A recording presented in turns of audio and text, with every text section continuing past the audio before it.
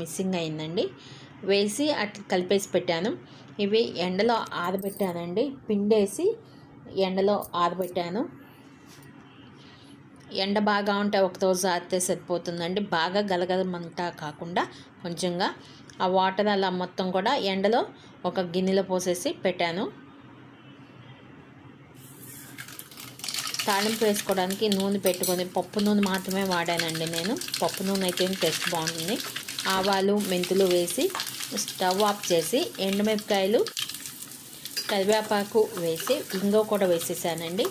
ఇది బాగా వేడి మీద ఉంది కదా, ఆ వేడి మీదే కాలిపోతుంది మొత్తం. ఇవి ఆరేలోపు ముందుగా మనం నీళ్లు పక్కన పెట్టుకున్నాం కదండి, ఆ నీళ్ళలో మెంతి పిండి అలాగే కారం కూడా వేసుకొని కలుపుకోవాలి. చక్కగా ఇట్లా మొత్తం కలిసిపోవాలండి. మనం ఏదైతే కారము